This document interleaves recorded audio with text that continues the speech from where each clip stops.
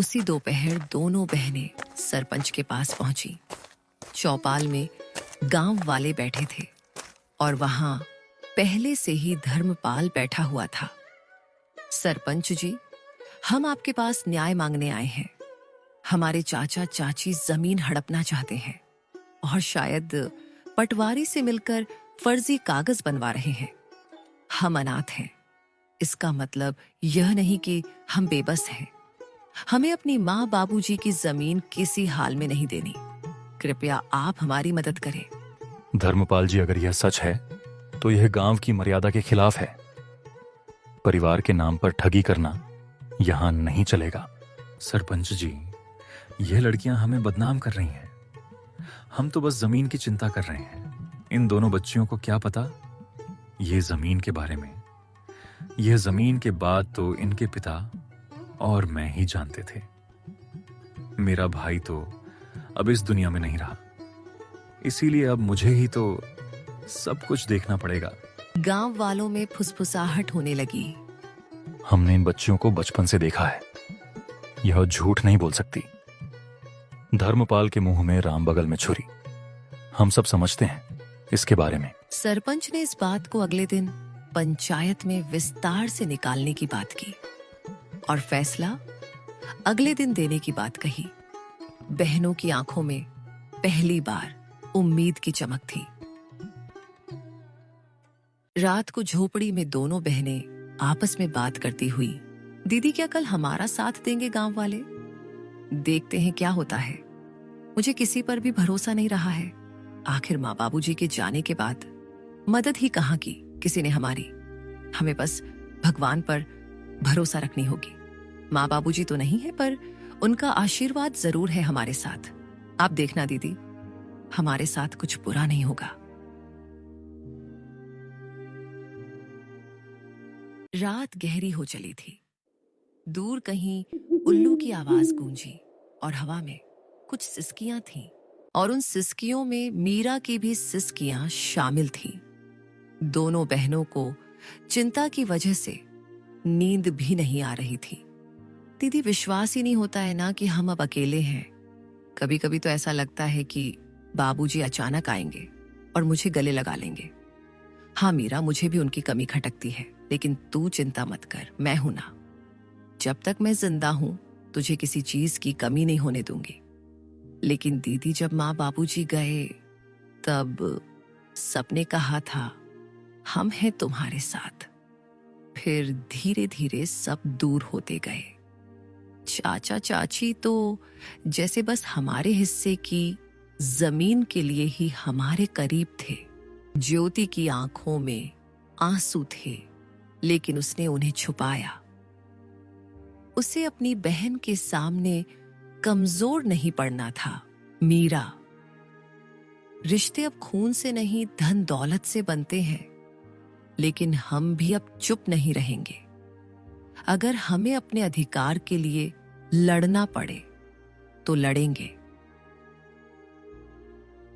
सुबह होते ही गांव में एक अफवाह फैल गई कि धर्मपाल अब पंचायत से कहकर जमीन अपने नाम करवाने की तैयारी कर रहा है। गांव की गलियों में लोग कान्हा फूंसी करने लगे। अरे सुन सुग्गो, धर्मपाल ने तो कमाल कर दिया। अपने ही भाई की बेटियों को बेघर करना चाहता है। हाँ काका, कैसा रिश्तेदार है। अपने ही भतीजों को बेघर करने में तुला हुआ है। की वजह से हो रहा है। तुम्हारे गाल की तिल की वजह से कुछ नहीं हो रहा, लेकिन हाँ, तुम्हारी वजह से हो रहा है। तुम इस घर में लक्ष्मी का रूप लेकर आई हो। सब बात ठीक है राज, लेकिन मैं माँ से और झूठ नहीं बोल सकती। मैं कल ही उन्हें सब कुछ सच सच बता दूंगी। नहीं रोशनी, अभी हम कुछ नहीं बता सकते। अभी हमारी शादी को ज्यादा दिन भी नहीं हुए। तुम माँ के दिल में अपने लिए थोड़ी और जगह बना लो, उसके बाद में पक्का मैं ही माँ को सब कुछ बता दूंगा। इस तरह से दिन गुजरने लगते हैं और शकुंतला के घर में खुशियों का आना लगा रहता है। शकुंतला अपनी बहू से बहुत प्यार करने लगी थी। एक दिन शकुंतला रोशनी के कमरे में गई। बहू, ओ बहू, कहाँ है तू? माँ, मैं बाथरूम में हूँ, नहा रही हूँ। अरे देख तो मैं तेरे लिए क्या लाई हूँ, जल्दी बाहर आ। अब मैं क्या करूँ, मेरे पास तो काजल भी नहीं है, अब चेहरे पर क्या लगाऊं। राज तुमने अच्छा फंसाया मुझे। माँ आप अपने कमरे में जाइए, मुझे नहाने में थोड़ा टाइम लगेगा, मैं खुद आपके कमरे में आ जाऊंगी। नहीं बहू, तू जल्दी से निकल कर आ, मैं यहीं बैठी हूँ तेरे कमरे में। जब रोशनी को इस बात का एहसास हो गया कि उसकी सास कमरे से नहीं जाएगी, तो उसने अपने गीले बाल एक तरफ कर लिए और बालों से अपना आधा चेहरा छुपाकर बाहर आई। बहू नहा ली तुम? देखो मैं तुम्हारे लिए नई साड़ी और गहने लाई हूँ।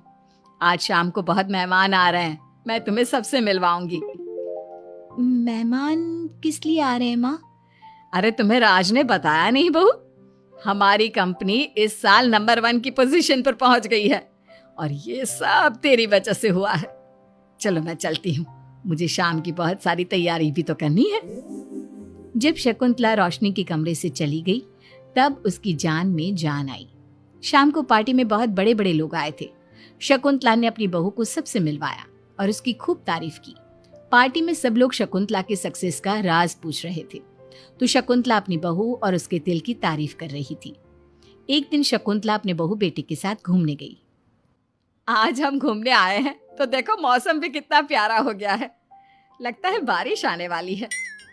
शकुंतला के इतना कहते ही जोरों की बारिश शुरू हो गई। रोशनी और राज कुछ सोच पाते इससे पहले ही रोशनी के गाल पर काजल का तिल बह गया और शकुंतला ने ये सब देख लिया। अब शकुंतला के गुस्से की कोई हद ना रही। तुमने मुझसे झूठ बोला, तेरी इतनी हिम्मत। कल वही मैंने तुझे इतना प्यार किया, तुझे अपने बेटे से ज्यादा ममता दी और तूने मेरे साथ विश्वासघात किया। मैं तुझे कभी माफ नहीं करूंगी। माँ इसमें रोशनी की कोई गलती नहीं है, मैंने ही कहा था इसे ऐसा करने के लिए। रोशनी ने कई बार आपको सच्चाई बताने की कोशिश की लेकिन मैंने हर बार उसे रोक दिया। क्या तूने कहा था? क्यों किया तूने ऐसा? कितना बुरा दिन था वो जब मैंने तुम दोनों की शादी करवाई और तुझे शर्म नहीं आई अपनी माँ को धोखा देते हुए। तो माँ मैं और क्या करता, अब तो पीछे ही पड़ गई थी तिल वाली बहू के। आपको कोई लड़की भी तो नहीं मिल रही थी और मैं रोशनी को बहुत प्यार करता हूँ, उसके बिना नहीं रह सकता। हाँ तो अब इसी के पास रहे, मैं तुम दोनों की शक्ल नहीं देखना चाहती। ले जा इस झूठी और मनहूस लड़की को मेरे सामने से। माँ कल तक तो रोशनी बहुत भाग्यवान थी, आज ये मनहूस हो गई। अपनी सोच बदलो माँ, चेहरे के ऊपर तिल होने से कुछ नहीं होता। आपने देखा नहीं, रोशनी के घर आते ही हमारे सारे काम पूरे हो गए। आज हमारी कंपनी नंबर 1 है। अब कब अंधविश्वास करना छोड़ोगी? बेटे के इतना समझाने पर माँ को समझ में आ जाता है कि वो गलती कर रही है। शकुंतला अपने बहू बेटे को लेकर घर आ जाती है। अगले दिन शकुंतला रोशनी के गाल पर काजल से एक तिल बना देती है। राज और रोशनी शकुंतला को बहुत हैरानी से देखते हैं। तब वो कहती है, ऐसे क्या देख रहे हो तुम दोनों? ये तिल नहीं, काला टीका है, ताकि मेरी बहू को किसी की नजर ना लगे। शकुंतला की बात सुनकर सब हंसने लगते हैं।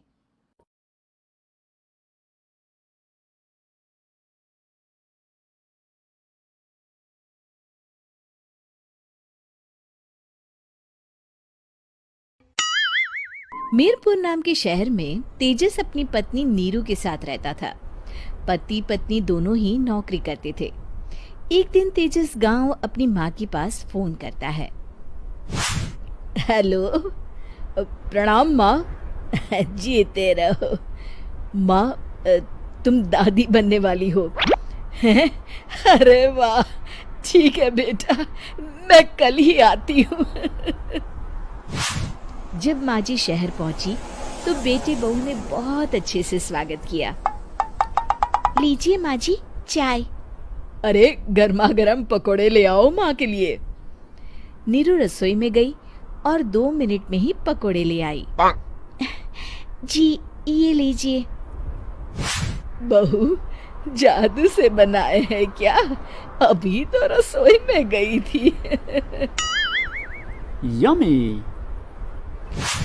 माँ जी शीला रसोई में पकोड़े तल रही है, मैं बस लेकर आई। हे भगवान, मेरा धर्म भ्रष्ट कर दिया तूने। अब तो गंगा जल से शुद्धिकरण करना होगा। दूसरे दिन, माँ जी मैंने नाश्ता बना दिया है, ऑफिस जा रही हूँ। पर अभी तो घर का सारा काम पड़ा है। शीला आती ही होगी, झाड़ू पोछा बर्तन कपड़े वो सब कर लेगी। हमारे जमाने में घर का सारा काम हम ही करते थे। जी माँ जी, आप बहुत होशियार हैं, मैं घर ऑफिस दोनों नहीं संभाल पाती। तो जरूरत क्या है घर से बाहर जाकर चाकरी करने की।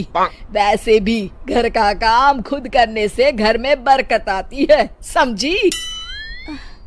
पर माँ जी। पर वर कुछ नहीं, इस महीने की पगार मिले फिर ऑफिस बंद है। हाँ।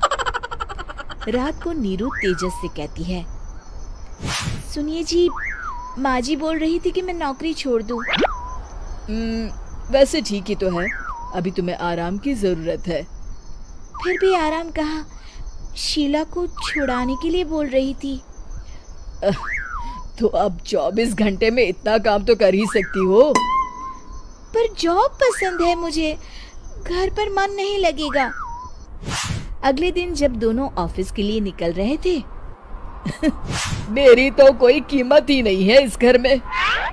माँ जी आजकल महंगाई बहुत है, रहन सहन भी बदल गया है, दोनों नौकरी करते हैं तभी ठीक रहता है। अच्छा, तू कहना क्या चाहती है? मेरा बेटा तुझे बिठा के खिला नहीं सकता?